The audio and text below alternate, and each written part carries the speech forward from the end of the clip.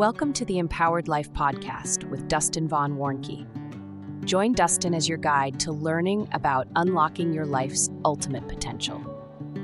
Through inspiring conversations with special guests and proven wisdom, Dustin explores the interconnected values of personal growth, professional success, and a wholesome life filled with love and light.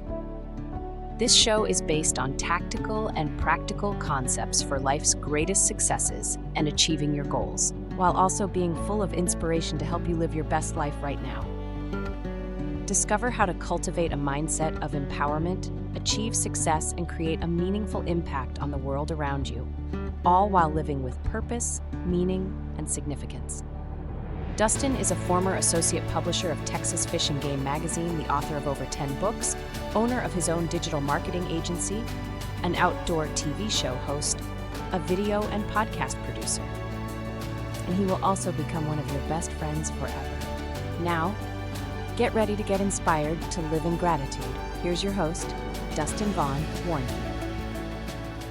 Welcome to our podcast. Thank you guys so much for checking out our podcast, watching, reading, listening. We really appreciate it. Today I've got a great little kind of panel of people who have done great service. And I'm going to have each of you guys introduce yourselves. Go right ahead. Okay, I'll go first.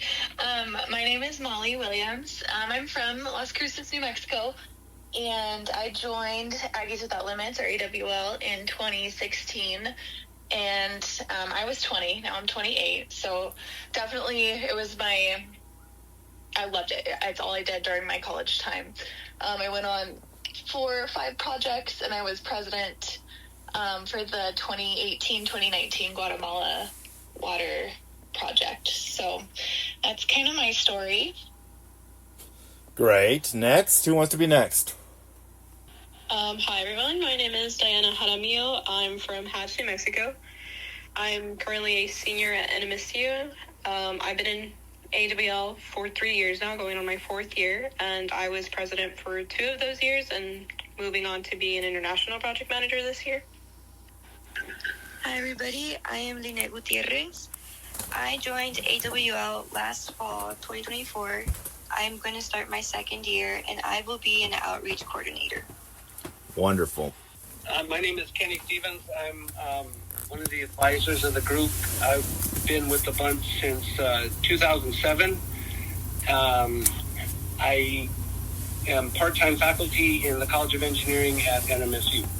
And I've been on, 18 projects. Wow. Kenny, that's amazing. And all of you guys are just, that's amazing. That's wonderful. So whatever you got, who else is left to introduce? Hey everyone, my name is Daniel Gomez. I joined AWL in 2022. And I've been with the program for about 3 years. I was a local project manager for 1 year, and my last year I was vice president, and I recently graduated in May. And yeah. Hello everyone, my name is Naila Salinas. I'm from El Paso, Texas. I've been with AWL for 3 years now, going on 4. Hopefully this next one is a good one. I used to be project manager and treasurer for the organization, and yeah, it's been a pleasure being part of it and looking forward to what comes next. Love it. Absolutely love it. Okay, who else? Anybody else besides Tammy? Oh, I'm just Tammy Bean. That's it. Talk a little bit about what brought you to put this podcast together. How about that? Oh, because I'm so proud of them, especially since we talked about Nicaragua and their latest project, and for me it's come full circle because with Bridges to Prosperity, they started out in Nicaragua and Honduras, and so I just wanted to kind of highlight everything that they've done. And Kenny is just a trooper and a true leader, and working with him on site and just seeing the growth over these many, many years, and the number of NMSU students that come through this program. Their lives have got to be touched. They can't walk away from this program without changing their lives. And so I thought it'd be great to hear about how it has changed their lives by serving in third world countries, you know? Absolutely. So let's ask a group question first. So, how would you explain your bond to someone who wasn't there where you guys were serving, outside of the United States in a lot of cases, right? You can take it. I would describe it as unique, really deep friendships, honest, real. If I haven't seen these people that went on the project with me in a couple years, we'll pick up like no time has passed. And you just trust them. I trust them. They're good friends. It's more like family. It's more like a sibling relationship, is how I would explain it. That is beautiful. Anybody else want to add to that? To add to what Molly said, I think it's just a warm environment full of very different personalities and characters that come together to create something much bigger than themselves. And it's just amazing to see how it can help you grow personally and professionally. I love that. That's great. Anybody else want to add to that? Everybody good? I mean, what else anybody else want to say anything to those 2 points? Kenny always likes to compare it to the 3 weeks we take on these trips would be the equivalent to living with somebody for a year, here at home. So, I think that really just speaks volumes to how close we get to each other and just how well we get to know one another on these trips. You just get very, very close. I love that, and it's just kind of a special bond that you share in that space, right? If I could jump in, Dustin. Yeah, sure. This is Kenny. It's interesting, and Tammy had talked about, the history of the group. Mid-2000s, there was a couple former Peace Corps volunteers and a couple veterans from the armed forces that were floating around the College of Engineering, and we've all been in those weird situations where, these 4 people were not, 18-year-olds starting at college, and they were kind of wandering around, and they found each other and started hanging out. And I don't remember quite how I first bumped into them, but the conversation was, we don't have a place, we don't fit in here. Wow. We're not 18. We didn't just, move here from our hometown. We've served overseas, 2 people with Peace Corps, 2 people in the military, and we would love to find a way to fit in. And so there was probably some adult beverages exchanged in the process. But in those conversations, of course, the Peace Corps volunteers had been international. 2 folks from the military had been international. They said, can we do something international that would attract people to some sort of group? And, the word service only came up 97 times. In one conversation, right? Right. And so that was the beginning of it, that service is almost like a drug. Right. Where you said it, once you get into it, it's hard to not want to keep doing it. Sure. And so from those 4 people trying to find a way to fit in at the university was how the group started. And then you put it out there that, hey, we want to travel to different parts and do something for somebody else. And that's how, and then students wanted to get involved and everybody wanted to get involved. So that was a really long introduction to say that you use the word bond, and there's nothing like being with a group of people for an extended period of time and you're doing something. Like Diana said, it's like living with somebody for a year. But if anybody's ever been in the military, you've been in the Peace Corps, you've been in the band camp, name your situation where a bunch of people are thrown together in an unfamiliar situation and you're doing something. When you get out of that, it's hard to let it go. Right. Sure. I understand that. So I guess to follow up and kind of, feather to the other questions, for the group, first, and then anybody that wants to answer any individual questions, we can go through that. But what were the biggest challenges that your group faced together, and how did you deal with it or overcome those challenges, those obstacles? Did anybody want to pipe in and give their points? You're welcome. Go ahead.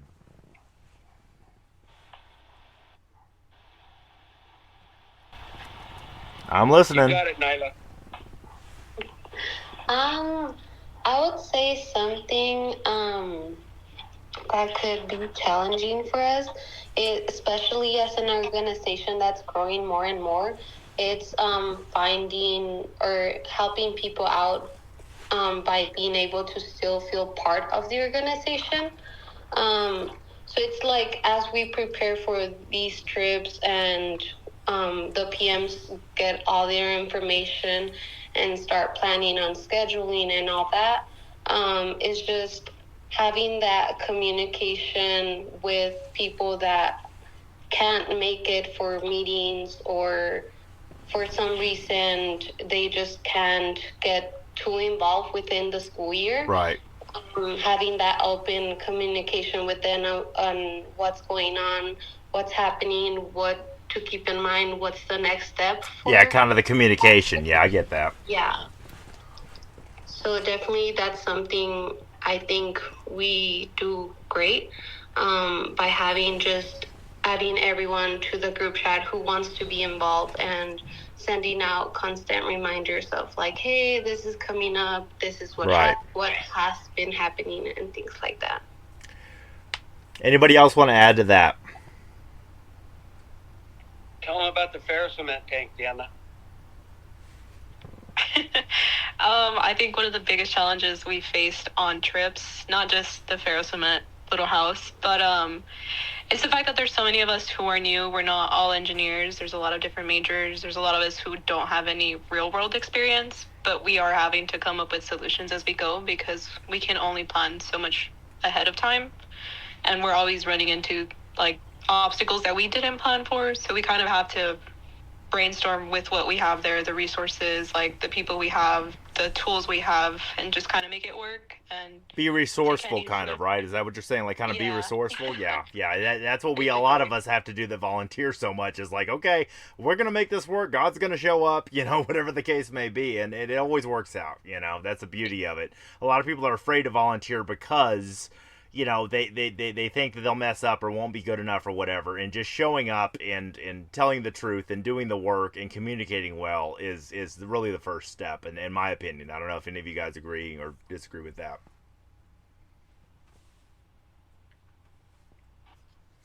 Well, I have a similar story too. I'm sorry, go ahead. I've never had this many people on a podcast recording before. This is great. I just love how everybody's like quiet and like waiting for the other person. This is great. All right, go ahead, guys. No, you're good. I was just going to say that I agree, but you're good. All right, great. Oh my gosh. All right, next up. I was just going to jump in and talk about, in 2019, when we went to Guatemala, we had quite a few, I think we had a group of around 30 people, and we had quite a few of us that were sick within like the first week and a half of our 3-week period there. And something that this question reminded me of is that Kenny always told us, don't suffer in silence. Yeah. If you don't feel good, tell somebody, tell your friend, tell whoever, Kenny, an older person, whatever. And that's kind of really stuck with me after the trips is, ask for help. It's okay to rely on other people. And, that was obviously really challenging, and we got through it okay. And we had to kind of problem solve in the moment and help each other out. But that's just kind of something that I feel like really helped us in that time, was don't suffer in silence, rely on each other. Again, just coming back to that kind of trust.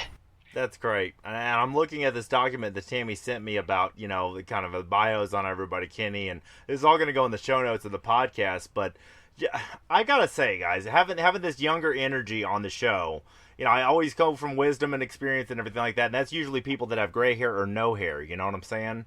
But for me, you know, like the youth that like the young guys that are on here, young guys and gals, you know, that are on here that are basically saying, you know, it is rewarding to serve and not expect anything in return. It's just good karma. It's just being a good person.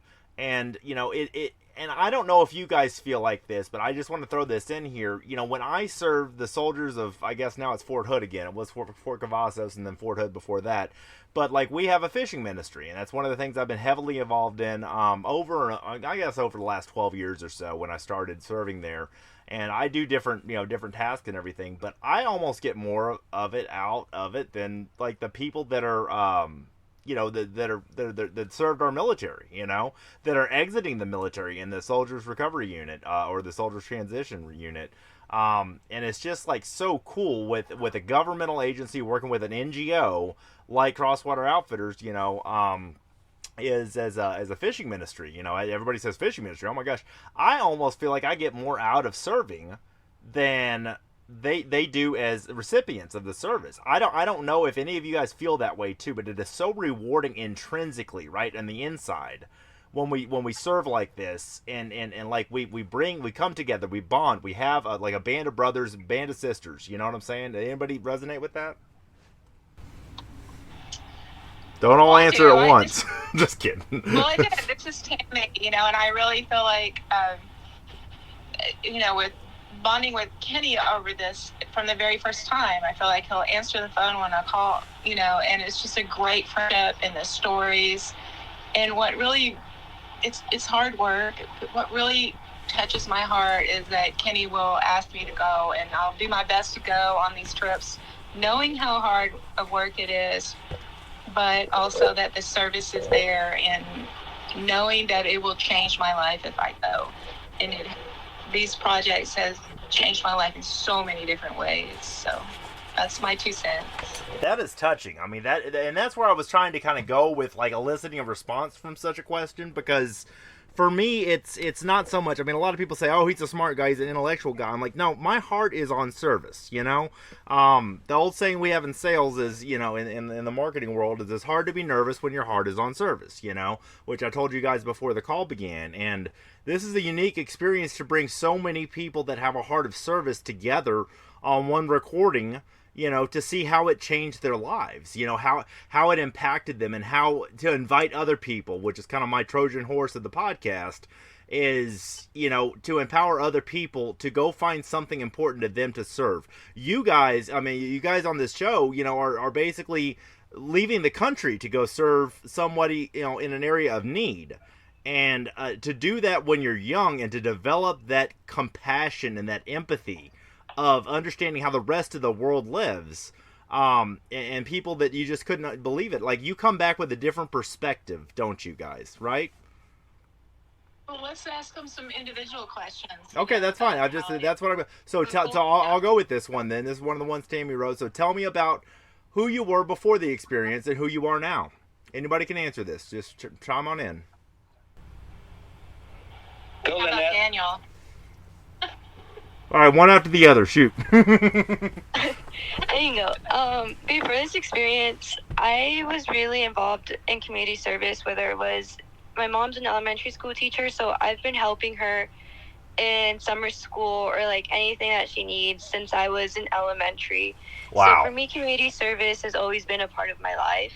But going to Nicaragua, it was like an eye-opener, because you see stuff and you like realize what we do have in the States and like what we have every day and we take for granted. So being able to help them in this service and allowing them to have a little bit of what we have and take for granted every day is really rewarding, because it like opens your eyes and your heart to see like we're doing good things for those that need it, while we're over here like sometimes taking it for granted. Right. So, yeah. That's really what I noticed the most, like leaving the country for even the first time. I mean, I've been to Israel, Costa Rica, Bermuda, you know, places you think of vacation destinations, but you come back from any of those places. Like, one of the things I always tell people is in Bermuda, having metered water is a luxury. Most people collect rainwater and take like 1 minute showers, okay, or maybe 2 minutes.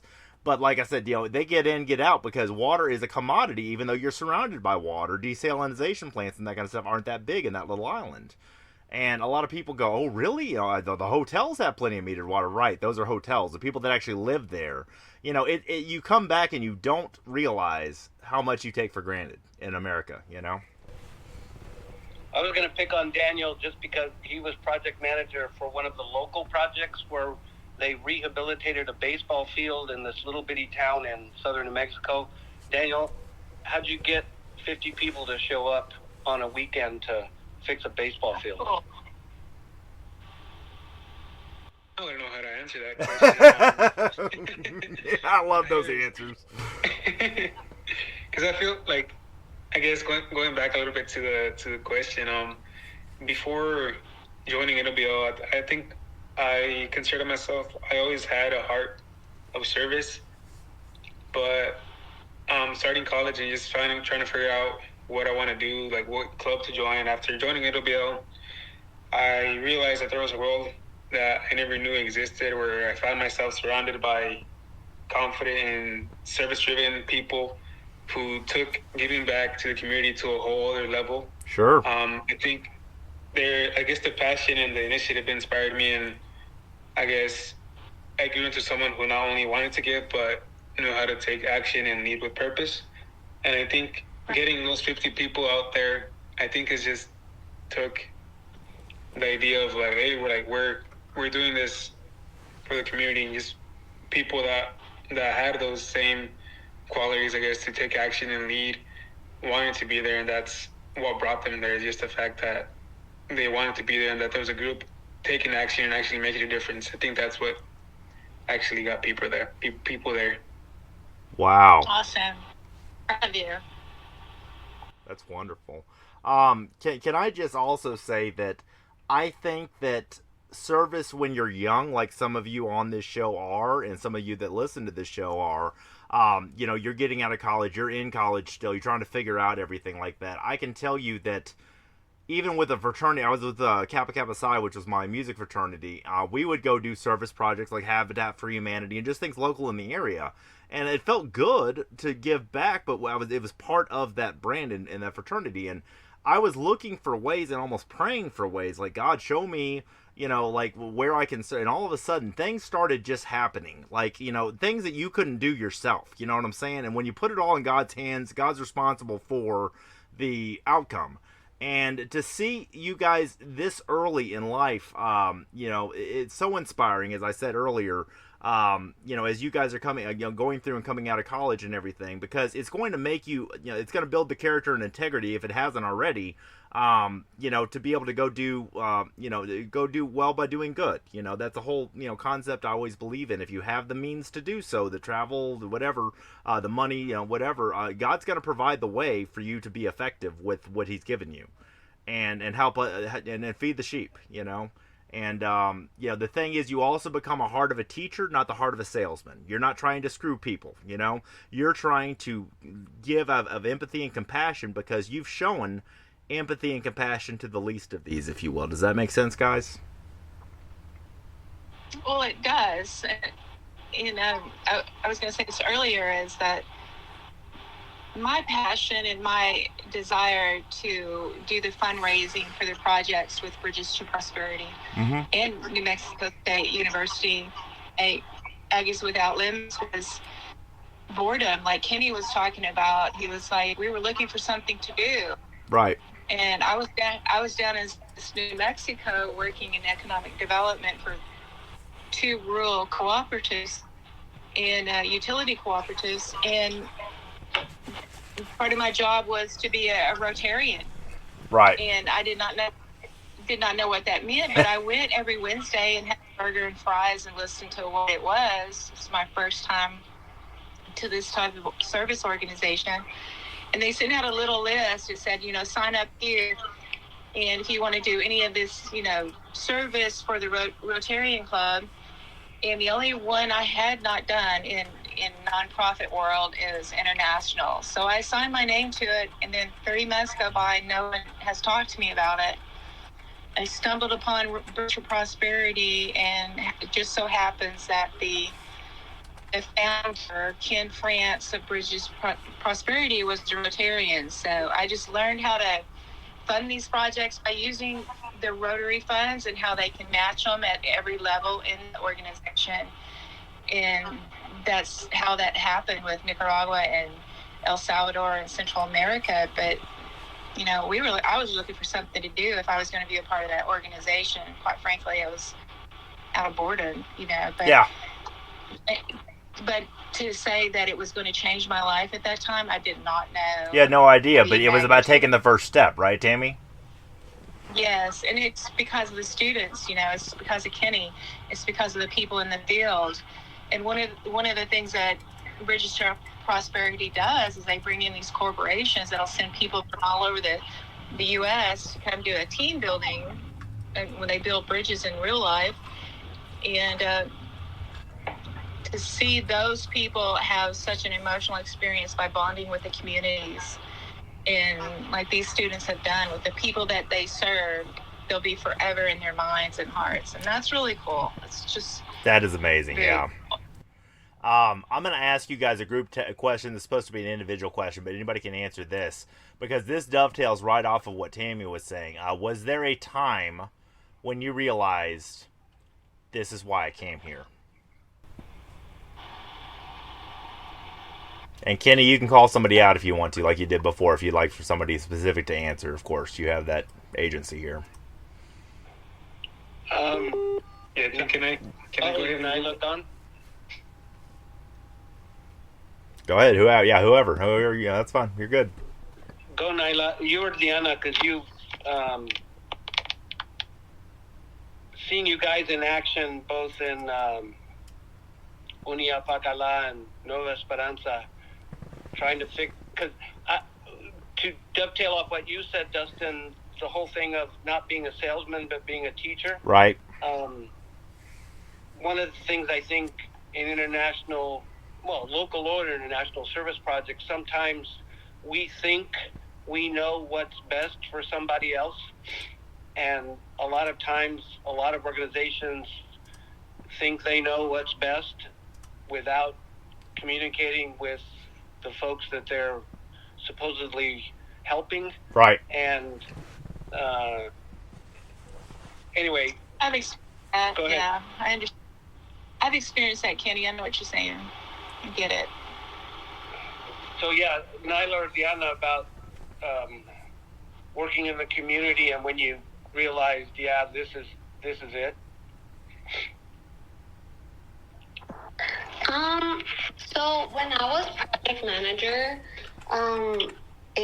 when I realized that I've made an impact, I've left my mark, was just like once the water got to the tanks and they started coming up of the spigots, and just like, because we were supposed to walk around and make sure that all the spigots were like getting water. Mm-hmm. And as we were walking around in groups, like seeing all the people like bursting of joy, laughing, children playing with the water that was like coming off their property like 5 feet away from where they lived. And they were carrying it before, I'm sure. Like they were going a long travel, to get water before, right? Nyla? Yeah, they used to walk a lot just to get a gallon of water. Right. And having that so close to them was just amazing to watch. Seeing their joy, their expressions, it just made it all worth it. Okay, next up. To add to Nyla's, not from the Unia Bacala trip, but the first trip we took, I think it was all of our first trips, was to Nueva Esperanza, Guatemala. We had been on a team laying pipe in the trenches, and correct me if I'm wrong, Kenny, but it was about 2.5 kilometers of trench, I believe, our first year. The feed line. Yeah. we were walking through the banana fields and the bean fields and the rice fields, just walking and laying pipe and gluing pipe, and we were just kind of like, wow, we really hope this works, and just kind of a little, you can't help but doubt yourself when you're doing something new. And so when we first turned on the water, that it was going through the pipes and we were running into all these leaks, and we were just like, wow, this is actually working. Yes. I was on a team with Daniel and another one of our alumni. His name is Lucas. And we were tasked with walking the trench from start to finish and like back and forth, making sure there was no leaks. But we finally got to see the water for the first time get to the water tanks. And I think that was the moment where we were just like, it worked, guys. Like, it was just so fulfilling, because from there it was just let gravity do its job. Oh, that's great. And tell me a little more, like, the technical side of the water systems and the bridges and the things that you guys build as a team, and then kind of in the different countries and that kind of stuff. Just elaborate a little more on that if you can, please. Yeah, of course. I mean, we're structured in a way where we have our international project managers. Nyla's mentioned she was one before. And so our project managers are usually the ones that are more in communication with the community, what they're going to need. The group, usually the two project managers, president, vice president, and Kenny, take a trip before our actual summer trip, just to go get measurements, meet the community, kind of get the layout of the community, any of the areas where we're going to sleep, areas where you're going to use the bathroom, shower, where we're going to get groceries, materials, things like that. And so we spend the entire semester, our spring term, just planning for that, getting counts of like how much pipe are we going to need for this water system, or are we going to need a pump, are we going to need any extra things like solar materials. Like Nyla's project was a solar powered water system versus the project before that had been just gravity based system. But yeah, so we start looking into that. We start getting quantities. We start calling up the local hardware stores, getting that material ready, communicating with the town so that they can get the material. And it's just a lot of kind of guesswork. We have measurements. We have an idea. We've got Kenny, who's probably the biggest resource. He doesn't give himself enough credit. But we're just kind of figuring it out as we go and trying to use what we've learned in class and getting help from the alumni for that. And it really is just like we're going to try this and we hope this works. If not, we'll plan something as we go. But it's just, I don't know how else to put that in words. Just think it's like a kind of discovery, if you will. It's like an adventure of discovery, because the one thing I always ask on this podcast, don't look at the finish line. Look at what you become in the process, okay? What you become in the process of what you do to serve other people, to be the hands and feet of God's love, of whatever you believe. Like, what do you become in the process of what you're doing? And the one thing that I see more than anything at your age, at y'all's age, I hate to sound like an old person, I'm 46, but when I was doing flood disaster relief when I was in my freshman year in college, it was a bonded experience with me and a lot of my friends, because just for the time that we served, there's still jokes I remember from back then of, just even though we were dealing with a disaster, on our hands, like it turned us into servant leaders.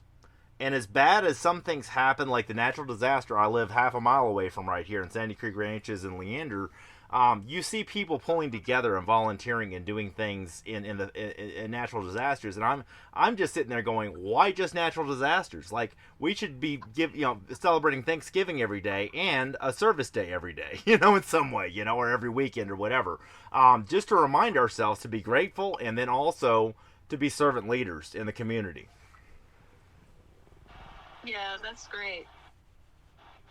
So, I mean, I'm just saying, I don't know if you guys realize what you're becoming in the process as young college students, and even as older folks, that are on the show here.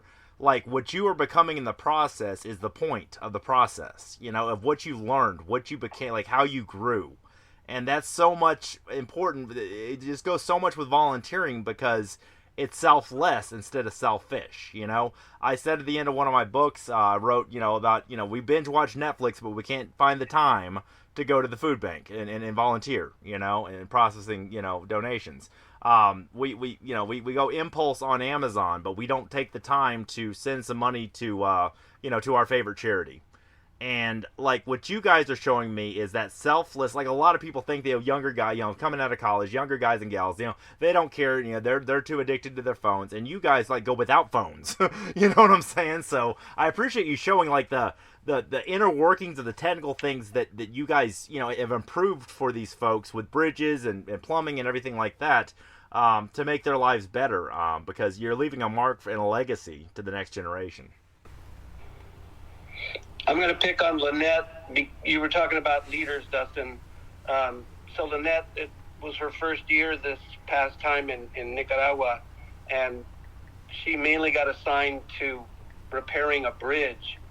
And so I'm sure, I'll let her talk about it, but I'm sure she was like, okay, whatever, tell me what I'm supposed to do. But a couple weeks in, when I would go check out the bridge, everybody would say, Lynette knows what's going on, and if there was a problem, Lynette, what are we supposed to do? Yeah, she would handle it.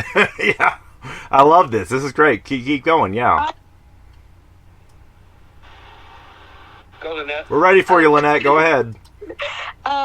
Yeah, no, I didn't know what I was doing either. I was going off of what was happening. I had jammed my finger like the first day I was in that project. So for like a day, I couldn't really do hard labor because it was my right hand, and I was just trying to figure out what I could do.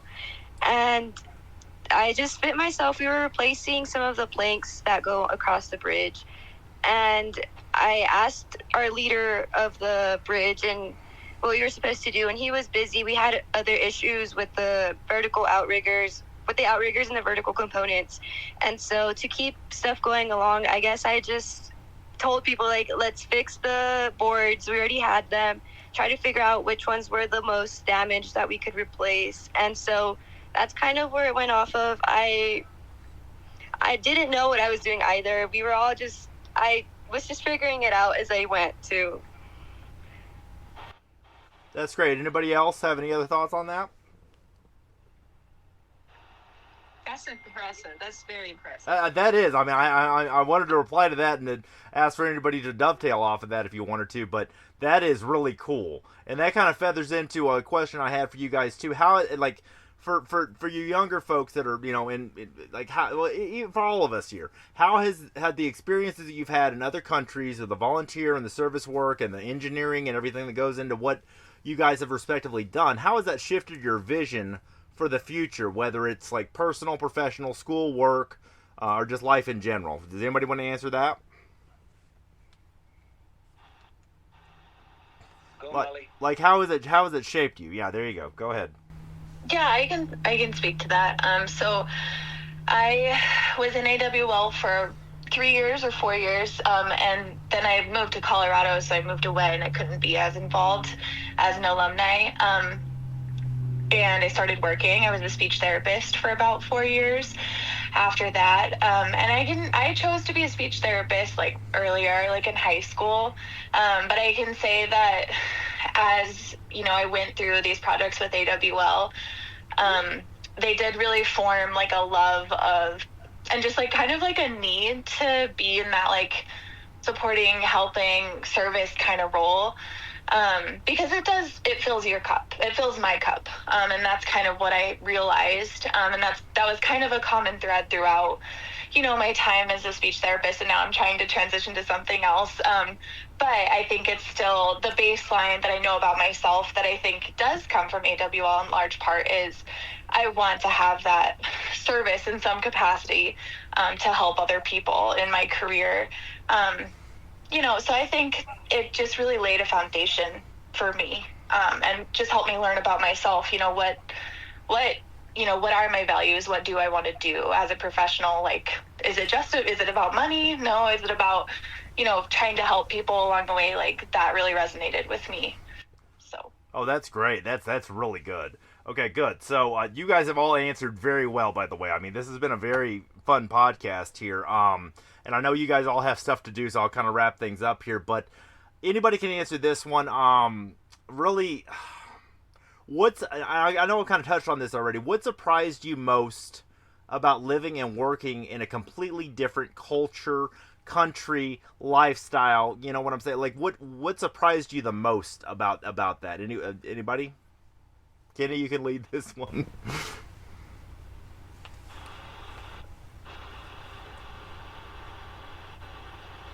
What surprised me the most with this group, and I know I think the back question of your question was, what surprised us the most about living and working in another culture, another country, just someplace way different than the United States, which most places are, in some way. I'm going to twist it a little bit. Go for it. The human capacity to do things. Yep. So, in this last project in Nicaragua, the main component was this health center, 2,000-foot health center made out of stone. And there's always naysayers, both in the local community and within our group. You can't do that in 3 weeks. There's just too much work to do. How are you even pretending that you're going to be able to complete that? And what always surprises me the most is the group's ability to say, yeah, nothing's impossible. So the very last day, we were supposed to pour the floor of this community center. So 2,000 square foot times 4 to 6 inches deep. It's about 24 cubic yards of concrete, which is 4 concrete trucks that you see driving down the thing. And there were several people in the group, including one of the leaders, who said, you can't do that. You can't do that in a day. Right. And then... Watch me. Watch me. Exactly. Yeah. I'm that guy, too. And I think people that are dedicated to serving other people out of compassion and that kind of stuff, they will find a way to move mountains. I don't know. That's just my thought, is just seeing the men that I've worked around and the women I've worked around that are really bought into the idea of intrinsic motivation, of getting out there and inspiring and doing something that's impactful for the world in whatever part of the world it is that, it shows integrity and character, but also emotional resilience. When problems happen, really, you're like, well, I've seen worse than this. You know what I'm saying? You have something to compare it to, because you've seen how the rest of the world lives in a lot of countries. And that's the one thing that I go back to, is what the things that we take for granted that we could use our time better for as Americans here, and then encourage other people to find something of hope that gives you meaning. Everybody has something that's important to them, but, to give back to, that is really where the happiness and joy in life comes from, is not from the stuff you receive, but the stuff you give. Oh, yeah. No, move mountains. And there's great pictures of Diana and Lynette covered in concrete paste because they've been shoveling for 12 hours. Oh, my God. 12 hours straight, probably, yeah. 12 hours straight shoveling. And they did it. Wow. Yeah, I'm just blown away at just that kind of that what you become in the process. Like I was saying earlier, when you do the work, volunteers, these younger guys, and gals doing this. I mean, I am so inspired and just lit on fire to have this conversation with you guys. And I've really been looking forward to this because, number one, I've never had so many people on one show at a time. And number two, I've recorded a lot of podcasts and produced a lot. But, also, this is like a bonded experience right here. This is like us sharing the meaning of what it meant for us, that it was meaningful and why service is important will hopefully inspire a whole bunch of other people to go out and find their own ways to serve. Just anybody want to comment on my crazy musings there?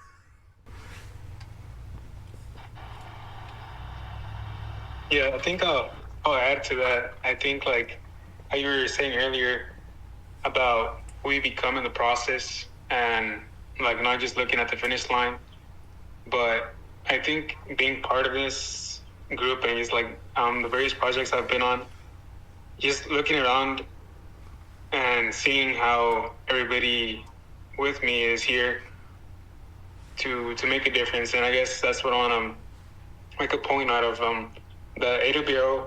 The group, the organization, they're able to make that difference, and that's their main goal, to actually make the difference and not just say that they're going to. And just seeing these type of people just makes me want to do more and more. And because how Kenny explained that, and how you said, Dustin, watch me, let's do this. Yeah, that thing of, we can make this possible, but it doesn't require us to get paid to do it. You know what I'm saying? There's a whole new meaning that you find when you start to give of your time and your treasure and your talent, the three things we really have to give: time, money, or service. This is skilled service or whatever. Things that we know about, like the architecture on these bridges and these water systems and that kind of stuff. So, that's the thing, is just when you give it away, you never know what's going to come your way with the kind of karmic value of that, and you don't expect anything in return. These people can't repay you for what you did for them. And I just hats off to everybody on this show for your individual gifts that you have given of your soul and your time and talent and treasure as well. The physical and the emotional energy that you gave to projects like these, because this is just inspiring me. That I looking at these pictures, this document that Tammy sent over kind of for the show prep, I'm just like, y'all are beautiful and just intelligent, and just in so many different ways. It's just so refreshing to see this. So I don't mean to go like off in the deep end here, but I'm just saying this is so cool. This really energizes me to see these pictures of, and I'm going to put some of these in the show notes too, but these pictures of Kenny and all these places that all you young guys have been, and it is so cool. And anyway, I hope y'all also join the Empowered Life Facebook group page. The Empowered Life Nation. That is the group, and I want you guys to be a part of that and post some of your own pictures in there too, if you guys don't mind. Just shameless plug there for the group on Facebook.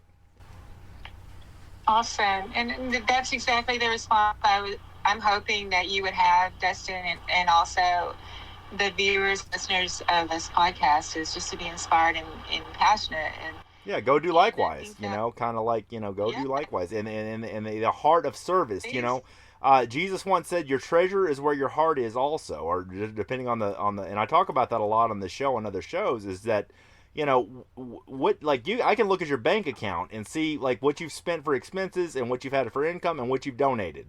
And I can tell a lot about a person by just looking at a person's budget, their bank account, that kind of stuff, what they deem is important. Where you put your treasure is where your heart goes also. And that's what I want you guys all to remember that are on here, is that, and everybody listening to this, like, that is the message of what I try to preach every day on this show, is like, what an inspiration that you guys are to inspire other people to go do the best they can for other people that need it the most.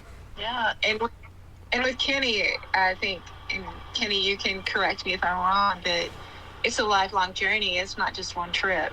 This is a lifelong journey of helping others, and so it's really important. And and Tammy, it doesn't just open up, okay, they're leaders for those communities there when they're there. They come back being leaders of the communities here. And that's why service work is so important, especially in college and back high school, middle school. I remember doing different service projects and everything. But again, whatever you can join, I mean, it's not hard to find a place that needs help as far as like volunteers. We have had an amazing, to this natural disaster we've had here in Central Texas. I mean, amazing response. And, and Tammy, tell everybody how you and I met and talked about putting the show together to begin with, to talk about, we couldn't have done this on our own, okay, as far as meeting each other where we did. Tammy, tell us it real quick. Oh, we were at a Great White Shark Society meeting. I think it's the inception of it, maybe. Uh-huh, yep. But the dinner, yep. I think he's been on your podcast before, but he's also about serving the youth in the wildlife outdoors with great white sharks. He's a great white shark fan, so. Yep, among many other things, wild sheep and a lot of other things. But yeah, that's where we met. And like, how else would we have met if he hadn't put that event together, Tammy? That's my point. Oh yeah. I mean, and then done this show with all these great people. This is good stuff. Yeah, it's just, and so I just want to thank New Mexico State University, Aggies Without Limits, for joining us today and for giving me all the information that I'm so proud of you, and I'm so inspired. And Kenny, thank you always. You're my hero. So. And Kenny, I think you're a hero for a lot of people on this podcast here recording, because I mean, everybody has sung your praises, that's talked about you, and I know you're humble and everything like that, and that's a great humble servant leader right there. That's a good example of somebody that leads these kids to do well by doing good. Because, Kenny, I don't know if you realize, and Tammy, I don't know if you realize, by doing what you guys respectively do, you're touching generations that are like children's of children, like unborn generations in the future. And in 100 years, we all may be forgotten. You know, the one thing I study is the Latin Stoic phrase of memento mori, remember that you must die. And then, you know, the memento vivere, which is remember that you must live. And then a new one that I learned, memento amori, remember that you must love. And what you guys are doing is showing love with your hands, feet, travel plans, everything like that, taking time out of your life to grow in special ways that just absolutely fire me up. So y'all have really made my day. I just want to tell you guys that, all of you on this call. Well, Does anybody any last thank words? Thank you for the words. It's pretty effortless on my part. The people on this podcast are my family. Oh, I love this. I'm gonna lose it here. I couldn't get up in the morning without these people. So, wow. It's a self-serving thing, if you will, because, like I said, they're my family, and they make me get up. And yeah, we do some great stuff, but yeah, that question about what's one word you would use to describe the group to somebody who's not a part of it, and for me, it's family. Nice. How about anybody else want to chime in on that? Go ahead. I'm sorry. Yeah. Can we go around the room and everybody give either one Yeah. word? Yeah. Leave the show with that. That's perfect. Yeah, that's going to be a great exit to the show. What is the one word for each of you? And Kenny, you go ahead and do the round table. That's fine. Go ahead and just start calling names. Go, Molly. Lifelong. Wow. Go, Lynette. Mine was also family. Hmm. Go, Daniel. Awesome. I think mine would have to be hope. Hmm. Awesome. Go, Nyla. For mine, I would say growth. Cool. Go, Diana. I would say reliable, not just because of like, oh, you can rely on one another during these trips for technical knowledge, for personal or mental or emotional struggles, but it goes beyond just a group. Like, if I break down on the side of the highway, or if any of us ever have any problems in our personal life, we can always call one another, one of the alumni, Kenny, and somebody is always going to be there for you. Oh, that's awesome. Wow, what a bond. A bond that goes past, you guys being on site somewhere together, or on a work site, Go ahead. I'm sorry. I'm just diarrhea of the mouth when it comes to like the great things I want to say right now. Go ahead. I just want to say thank you, Dustin, for hosting the show and letting them come. And I just wanted everyone to know about it. It's an amazing program. Thank you. Oh, thank you so much. We're going to bring some awareness to this. I want each of you guys that are listening to this to promote this and talk about, the two main foundations or organizations that, that do this kind of work. And I'm going to put some information about them here from the show notes that I have from Tammy, to, just kind of, talk about these fine people on this call here that we're recording for the podcast. And, again, the whole point of, I'll just kind of close it out here by saying the whole point of everything that I try to feature on this podcast with giant interviews like this or just one-on-one guests is go be the light for the world and shine the light in the darkness, because darkness cannot hide in the light. And the thing is, when we're selfless, when we're service-minded, and we're selfless and not selfish, like so many people are these days of all ages, are selfish and they care just about their own stuff or whatever. When we lay down our problems and take upon the fact that we don't have it that bad, that's the thing. That's one thing that I listened to, a thing about stress and anxiety and what causes stress is the thing is we're not in control of certain things, and that stresses us out. And so the one way to do, to look up and look up at the sky, wherever you look for inspiration, and you go, you know what, I've got it pretty darn good.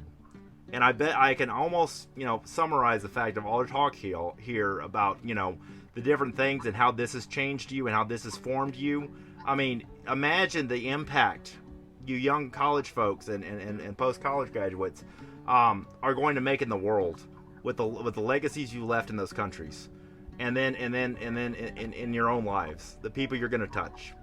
The point is that generations after generations benefit from our legacy that we leave behind.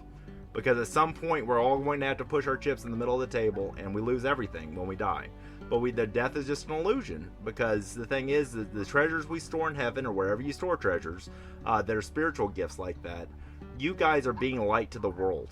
And I want to thank you guys for joining this show. And I'll do a little outro here after this recording to kind of close things out. But again, go and tell. Just spread the word of service-minded leadership, and the fact that you guys I want you guys to all know that you are light holders of that flame of hope, that humanity cares about one another, and the fact that there's a deeper meaning than just living and the dash, if you will. A lot of people talk about that with funerals these days. The dash that we leave behind. We're born with nothing, we die with nothing. But what we mean to somebody else is the dash. The point in the middle is where it counts. And every day is a new day to make a difference. And you guys have made profound differences you may not even realize. Touch people through a ripple effect that you never may have known you touched. But God notices. Thank you guys all for being on this call. Thanks, Dustin. Thanks for having this forum. Much appreciated. This is my first virtual panel podcast recording I've ever done. This has been great. Thank you guys so much for joining us. And again, DustinsPodcast.com for the sponsor, business stuff, whatever. BusinessWithDustin.com. Find me on social media, whatever. And please, everybody that's listening and part of this podcast, please share this with your friends. And let's inspire and grow and hope together. Thank you guys so much again for joining us. Thank you for listening to The Empowered Life with Dustin Vaughn Warncke. To learn more about Dustin, please visit his creator hub at dustinsprojects.com. Warncke Enterprises, Dustin's very own digital services company, can be found at businesswithdustin.com, and his books are available at either website or at dustinsbooks.com. Audio presentations of each of Dustin's latest books can be found on YouTube and streamed at no cost. Please subscribe to the Empowered Life podcast on your favorite podcast app, and thank you for your support and sharing this show with a friend.